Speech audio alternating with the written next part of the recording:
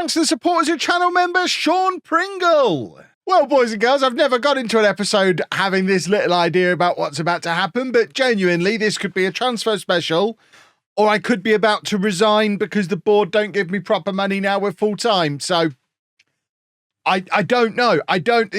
Transfer special, job hunt, somewhere in between. Is there an in-between option? I have no idea what's going on.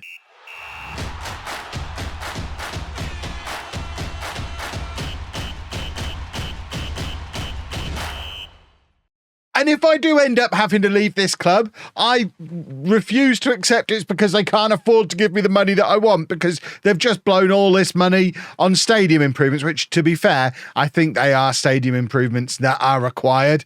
They've enlarged the stadium by 1,000, or they are enlarging by 1,750 seats. They're also removing the 3G pitch and laying a grass pitch. So these are both things that are needed to be able to play in League Two. I am intrigued with the whole pitch thing. If it's not going to be done until November, are we not going to be able to play at home until November? Or is it the stand is going to take until November and we'll get the pitch relayed over the summer? Either way, could be problematic, but it's going to cost £2.2 million. They've got £1 million grant from the authorities. And it's going to take... So where's the rest of the money come from? Have we taken out a loan? Yes, we've taken out a £1.2 million loan over 10 years, which is going to cost us 12.75k. I mean, so to be honest, the monthly payments are kind of irrelevant. So at least we've done it without having to tuck into any of the money that we had. So yeah, we previously had... What is this? I guess this does meet the regulation. So we only had 446 seats before. And what's the rules for League Two? Show me the League Two rules, boys and girls. So League Two rules: stadium, minimum capacity of 5,000, minimum seating of 2,000, grass pitches only. Okay, so that's why we've had to do those changes.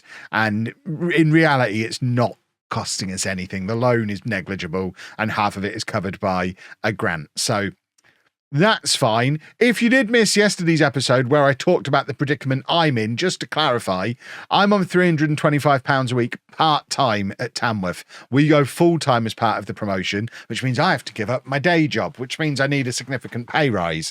Now, I am going to be getting a pay rise as part of my promotion wage rise. I've got a 50% promotion wage rise, so my salary should go up to around about £500 a week. That's still not enough to give up the day job. The board did offer me a contract the moment we got promoted on £350 a week without the promotion wage rise, so they already don't want to pay me that.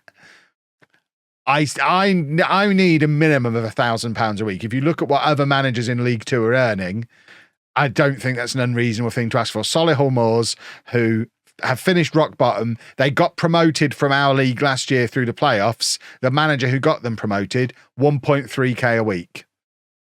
And he signed that 1.3k a week contract in April of last year. So while they were still in non-league, it's not unreasonable for me to be expecting that kind of salary. I think Chesterfield were the other team who got promoted last year. Their manager's on 4.6k a week.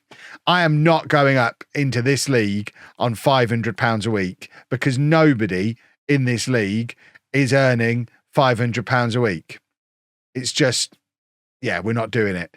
I would rather keep my day job and go and manage another National League team next year part-time than go into the Football League on a lower salary. So let's see what happens. Let's see if they force me to go full-time, because the other scenario, I am on a part-time contract. If they let me stay as a part-time manager, and we don't know what happens when we go full-time, do they force me full-time? Because if they do, I have to resign on the spot, because I'm not going to manage them full-time for £500 a week. Let's see what happens, eh? Further example of what I was just saying, we've just brought in an under-21s coach. It's the first full-time contract we've given out, £425 a week to coach the under-21s. Not to manage the under-21s, to coach the under-21s. Again, further proof that I need to be earning a lot more than they're offering me currently. And fingers crossed, I might be panicking about nothing. We might be getting the salary we're expecting. But at the moment, I'm just kind of waiting. We've got a few transfers lined up to come in who've been released by the Premier League clubs. We tend to just wait at this point for the 1st of July to happen anyway, so I'm not in a huge rush to go out and sign a load of players. We're just trying to sort out a few coaching situations, because part of getting promoted, we've been allowed more coaches, so we need a new goalkeeping coach. So I think this is probably the guy. Let's see how much a first-team goalkeeping coach wants. I mean, okay, that's quite low. That doesn't help my argument at all. For goodness sake, David. Another example that I've not lost my mind. Dave Penny, our assistant manager, his new full-time contract, £800 a week to be assistant manager, which was signed the moment the promotion was confirmed. Assistant manager on £800 a week. I'm the only member of staff still part-time, £325 a week. They haven't made me go full-time yet, so I'm fine. We're trying to bring in some more coaches, trying to fix things. I'm trying to, if I have to leave, I want to leave this club in the best possible state. And now we get the season review pop up. This is very late. I don't know why this has only just happened, but this is our end of season review. So let's have a little look at this. Do we get a signing of the season this year? We do. There you go. Adam Berry, signing of the season, as he should be. Came in on a free transfer, 42 appearances, 22 goals, 9 assists, a 7.37. If anyone deserves to be playing in the Football League next year, it is Adam Berry. He's come in and been an absolute superstar. We were supposed to avoid relegation. We, of course, won the league, half filling the stadium. Berry has been top scorer, which, interestingly, is our second season in a row where our top scorer hasn't been a striker. So if we imagine how good we'd be if we could get a striker that scored goals. But obviously we massively overperformed expectation. You'd think the board would be keen to give me loads of money to say thank you. We've increased the reputation of the club. Obviously, all the money stuff is improving as well. Sponsorships, we had that cup run, which gave us some nice competition prize money, match day revenue, that kind of thing. We still don't sell replica shirts, apparently, which is interesting because I have one there. So that seems like it might not be true. The team of the year was Rose in goal, a back four of Clayton, Brown, Curry and Sears, Deeney and Brook in midfield, a Camrich, Berry and Demenge with Evans up front. Evans and Demenge, of course, not going to be here. They're in on loan, so they're both going to need replacing. And the midfield, Deeney's not going to be here. He's moving on. And some of these ratings are a little bit too low in these other players. So it's clear where this team needs to be improved. Berry wins Player of the Year and Young Player of the Year and Signing of the Season and Top Goal Scorer. Adam Berry, quite good at football is what we've learned here. Harry Brook got Goal of the Season. Top Goal Scorer apparently was actually Connor Evans. I guess that includes cup goals, whereas Berry was Top Goal Scorer in the league. Regan Clayton, top assists. He took corners, but also those far post crosses to a Camrich were hugely threatening, and a Camrich did get most Man of the Match awards. Top average rating goes to Berry, and most passes completed to Curry. We've also broken some club records. So Evans' 23 goals is a new club record. Berry's 22 league goals is a new club record. Evans also got 4 in a match, which sets multiple records for us. Most clean sheets record goes to Rose, and most Man of the Matches record goes to a Camrich. A lot of that isn't going to be broken anytime soon. You wouldn't have thought. Gateshead have come up with us in the end through the playoffs after finishing second. And there's your timeline, which I refuse to look at while it uses words like dubs on it. And our overall best 11 is now Mohamed in goal. Mohamed is now playing for TND in Portugal. I say playing, he's never played a game for him, but he is still our all-time best 11 goalkeeper. Cullinane Liebird in at left back, who is now retired. Bless him. We released him on a free contract last year. He wasn't able to find a new club despite 18 goals from left back, and has now retired. I feel a little bit more justified letting him go, the fact that no one else wanted him either. Idahen and Kukuri obviously still here. Dornelli back at Peterborough, didn't play any games for Peterborough. Might be someone worth looking at for us for this season, actually. Kennedy was on loan from Colchester previously and played 21 games for them in League One, so I don't think we're going to be getting him back. And Milnes, of course, who we released at the end of last season, the non-league James Ward-Prowse, is now a coach. He's retired from playing as well. A Camrich on the left, Berry in the middle, Leahy on the right, and Evans up front. All seems about right. Lots of money talk going on, lots of money being thrown around all over the place. Still no new contract that's actually sensible coming my way, which becomes more and more alarming as time goes on. We haven't actually gone full-time yet. So although all the staff are now full-time, all of the players are still on part-time contracts. Yeah, they don't automatically go over. So it's me and the playing staff at the moment who are still sat here as part-timers while we've got a full-time staff starting to accumulate around us. These are the Premier League youngsters that we'd already prearranged to bring in. So Cameron Ismail is an Egyptian left-back, Egyptian under-23 left-back, in fact, who's also part Nigerian, part English. He's formerly of Arsenal. We've got Mofe Jemide, don't know how to say your name, I'm afraid, sir, who is a centre-back who was previously of Crystal Palace. Victor Musa is a striker, Spanish striker, who can play up front. And I mean, he looks like quite the striker as well. Can also play on either wing. But I think we're definitely... He's our new centre forward. I said what it would be like with a 30-goal a season striker. We might have just got him there in the shape of Victor Musa. He's from Manchester United. And then lastly, Jaden Camerson is a right back, English, can also play left back. He is off of Manchester United also. So if we give those guys squad numbers, then we can have a look at the squad plan. And I think we've immediately improved 4 areas that needed improvement there. We're still a small enough club that these Premier League youngsters can come in and make a huge difference to the squad, which is jolly good. If we just have a look at the squad planner and then full squad view, you can see that you'd straight away have Camerson at right back, Ismail left back, and then Jemidi probably alongside either Kakuri or Brown at centre back, and then Musa comes straight in up front and can compete on either wing as well. So it's key areas that have been strengthened without spending a huge amount of money, which is handy. We still definitely need midfielders. We're very short in centre mid. Can I just show the thing on this? Yeah, so we need central midfielders. We need at least one more striker as well. We've only got those two who can play there, and they'll both be on the pitch at the same time all the time. And obviously we need another goalkeeper as well because we've only got Rose. But it's the basis of a decent squad. I kind of hope I'm able to be here to see it through. But that's out of my hands. It's all down to the board now. Let's just vote for Manager of the Year. Obviously, I want to win it, so I want to vote for the guy who was worst, Graham Fenton. Congratulations, you get my vote. And now we wait for us to go full-time and for the board to decide what that means for them. The staff are taking shape, though. We've got a nice little staff setup starting to accumulate. Well, I'm still here. It's the 10th of June, so for as long as I'm still here, I'll keep doing my job to the best of my ability, which means we've signed a player. Ranel Young is a winger, can play on either side, natural on either side, was at Liverpool.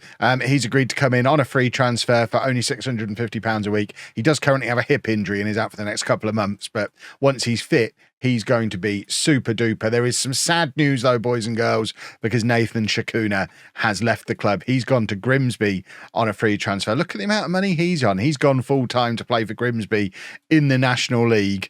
And that's it for the time being. Although we are also trying to bring in another Leahy. I've enjoyed all of this. I've enjoyed a year of not being able to say Jack Leahy's name properly. So I've decided to sign his brother. I think they're brothers. They are brothers. He's just been released on a free transfer by Millwall, and I think he would be excellent to just slot in as our third option as a striker. Can also help out on the wing as well. Let's just get Young into that attack as well. So that would finish off the attack, and then we just need some midfielders and a backup goalkeeper. And then if we can find anyone who improves what we've got, that would be super. Julian Dix has completed a coaching course, and who is it? Dagenham? I think Dagenham have just appointed a new manager.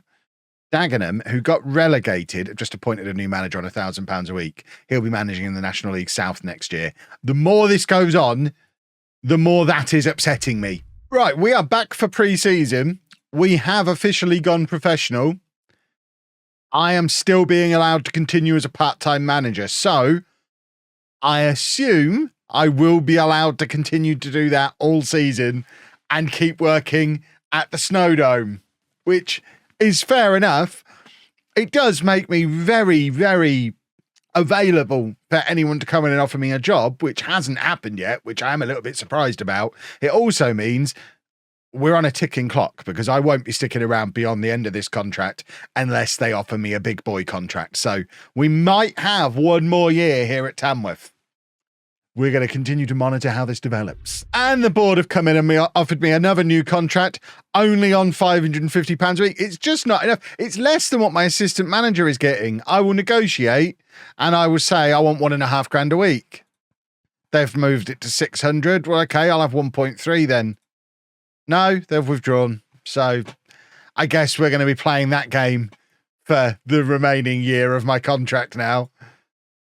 Just checking. I am still part-time. My promotion wage rise has finally gone through, but I still am part-time, which means I can stay for now. And there you go. We are now officially a League 2 club, and we are expected to finish rock bottom of League 2 and go straight back down again. We are... I mean, our odds are twice as long as Gateshead's, who finished second. They've probably got a full-time manager. I mean, to be fair, he's not on a huge amount more than I am, but he is full-time. Nearly 1st of July and free transfer day. Well, we have made it through to the 1st of July, and this is what our squad looks like. We have... how many players is that? 22 players. You might notice Van Kooten is now here on loan because his contract was going to expire. We were going to let him go, and then QPR came in and offered money for him. He's only 17, so despite his contract expiring, we were able to get money for him. And as part of that, they've loaned him back to us for the season for free. So I guess it makes sense to have a... backup goalkeeper that's not costing us anything, who's also homegrown at our club as well, which has got to be helpful. There's also been a little bit more transfer business on top of that. We've signed Tom Mayhew as a backup defensive midfielder from Oxford. He's not very good, but he was cheap, and we had a load of players who were in a mood because we didn't have a backup defensive midfielder. So now he's here, they're not in a mood anymore, which means Kirkuri has signed a new contract, and Connor Grant comes in as a new rotation option as the attacking midfielder with Berry, because, of course, we've lost Shakuna.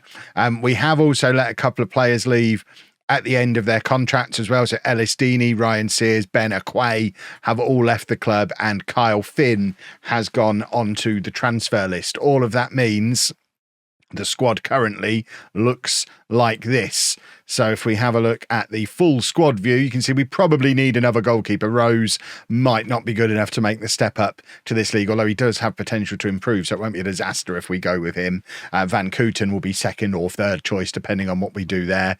At centre-back, we've got lots of good options, although it is worth noting that Lewis Brown has been attracting interest from a lot of bigger clubs.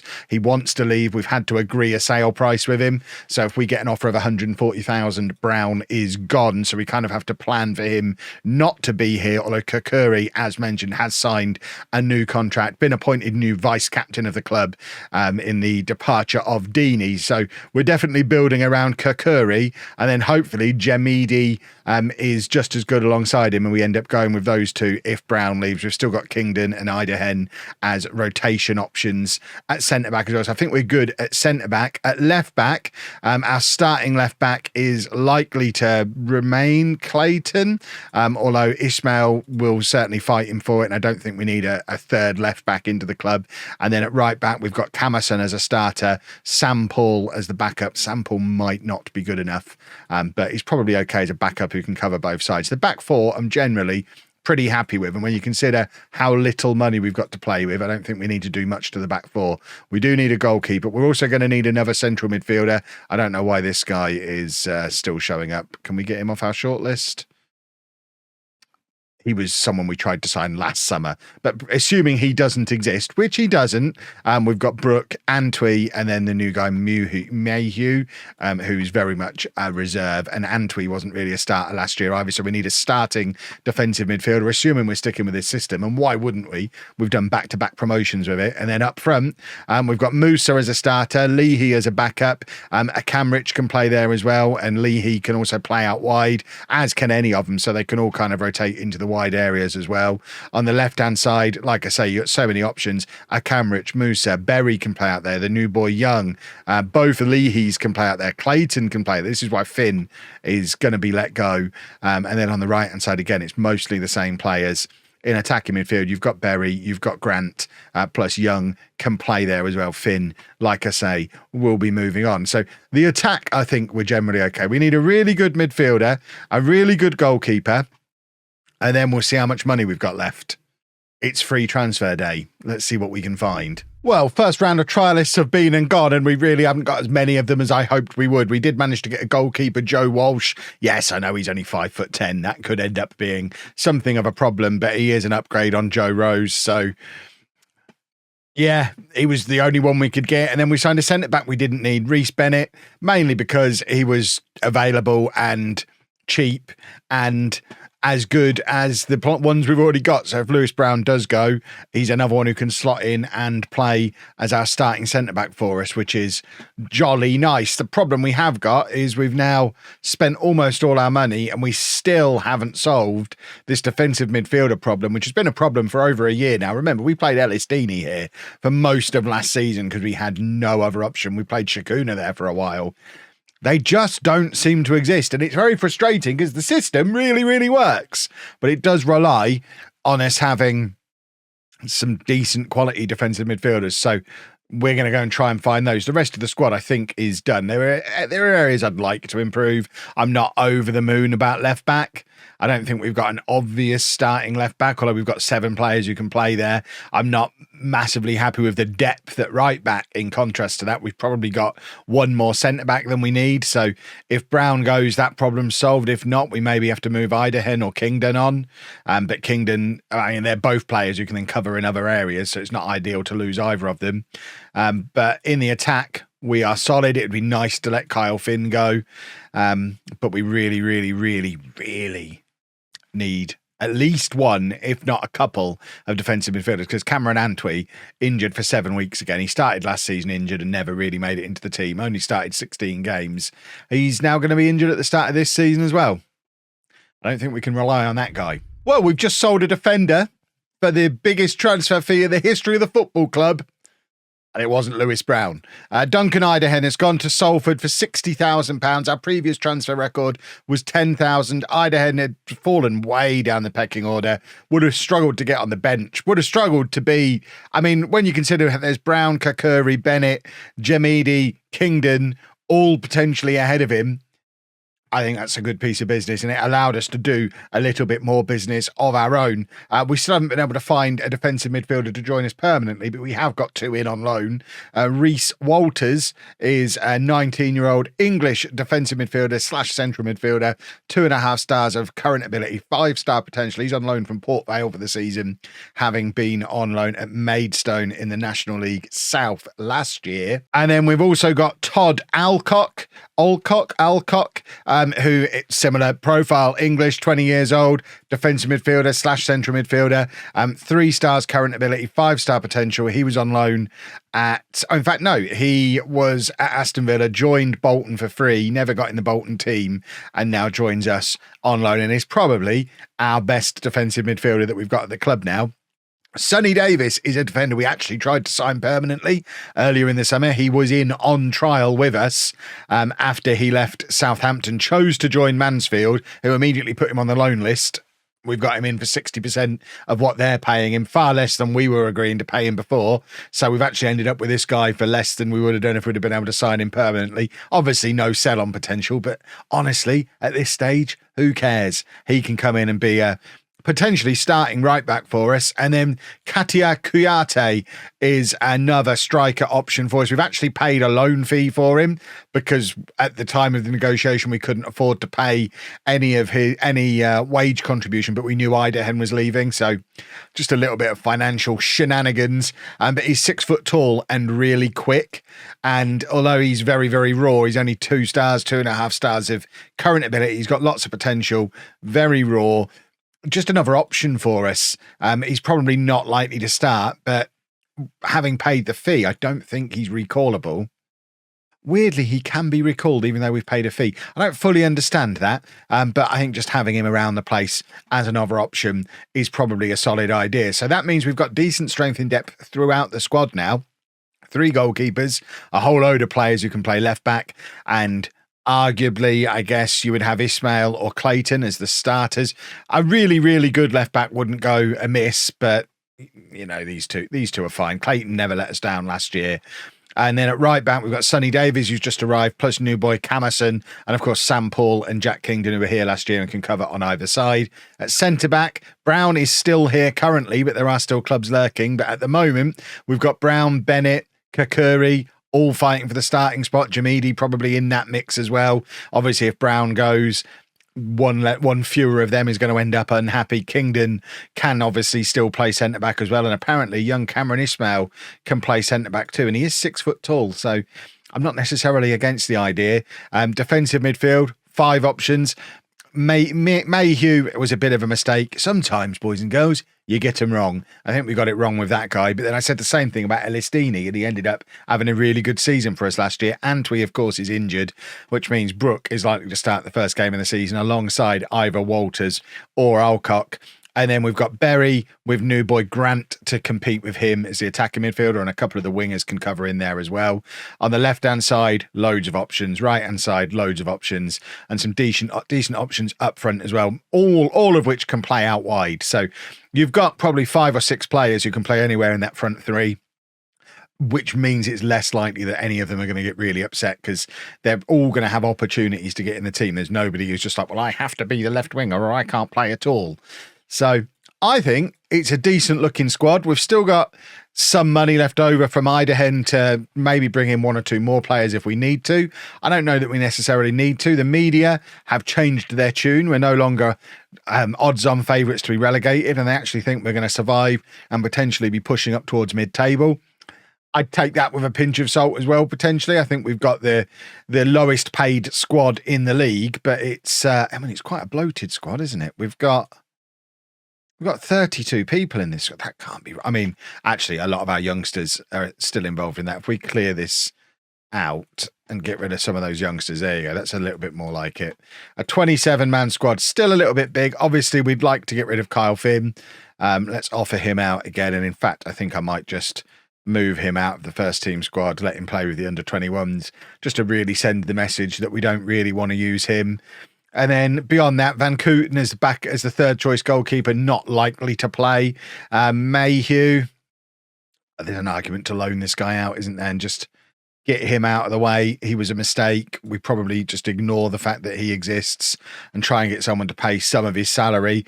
And then a lot of these guys are young players with potential who are just going to get better as the season goes on. So I'm happy with the makeup of the rest of the squad. I think if we can get rid of Finn and Mayhew, that's a solid 25-man squad that I am happy with. And I mean, I'm still here. I guess we need to try and stay in League Two. Well, this is a potential predicament. Gene Kennedy, remember him? Starting defensive midfielder for us 2 years ago, is out of contract at Colchester, but they're not releasing him. So we'd have to pay compensation. We can't afford to pay compensation for him. We've just tried to negotiate a fee and they want like £100,000, which is all fair enough. He's very good. The problem is, of course, because he's out of contract, we can't loan him either. I need to keep very close tabs on Gene Kennedy, because if he gets released by Colchester, we will pounce because we want him. He would be the perfect signing. He was great for us in that first season. Balls to waiting. We've smashed our transfer record, £71,000 for Gene Kennedy. He is now a permanent Tamworth player, and we finally have the defensive midfielder that we've been chasing since he left, basically. That is a huge signing for us, and he will be going straight into that first team mix for the start of the season. A proven commodity in a Tamworth shirt, and now going to be leading us into League Two football. Lovely, lovely, lovely. That should make a difference to what the media think. That's such a good signing. It doesn't. Well then, let's see what my assistant manager thinks our best 11 is based on what we've just done there. Interestingly, Kennedy, not part of it. I mean, Good job I'm not listening to that idiot, eh? And all of that brings us to the first day of the new season. One more transfer went through. Kyle Finn has gone on loan to Penabont for the season in the Cymru Premier Division, which is, of course, my former team from Twitch last year. Big Penabont fan. Hopefully Finn goes and absolutely tears things up over there. But this is the team that I think we're going to be using for the first game of the new season in tomorrow's episode. So some new faces, obviously Walsh coming in goal, the new fullbacks, Ismail and Davies. Brown and Kokuri still together at the back though. Kennedy returns alongside new boy Olcock in midfield. And then Musa and Akamrich could play that way round or swap them. They can both play as an inside forward on either side or up front. So we'll do some experiment in the early games to see who our actual starting striker is. Of course, Berry in there. And then on the right-hand side, Jack Leahy for now. We've got plenty of other options who can go out there, including his own brother who could play in that role. The game thinks my best 11 is that. So the game would suggest Musa up front and Akamrich on the left. So we'll probably have a look at that at some point. New boy, of course, Renal Young, who's not yet match fit. He joined us with a hip injury, but could end up taking that spot on the right-hand side. And then no room for record signing Kennedy or Kokuri, interestingly. And Clayton comes back in. So quite a few changes. I have things to think about before tomorrow's video. But you know what? I didn't think I'd still be Tamworth manager at the end of this one, so I guess that's a positive. If you enjoyed that, please leave a nice big thumbs up on there for me. Subscribe to the channel for daily Football Manager videos, and thank you very much for watching.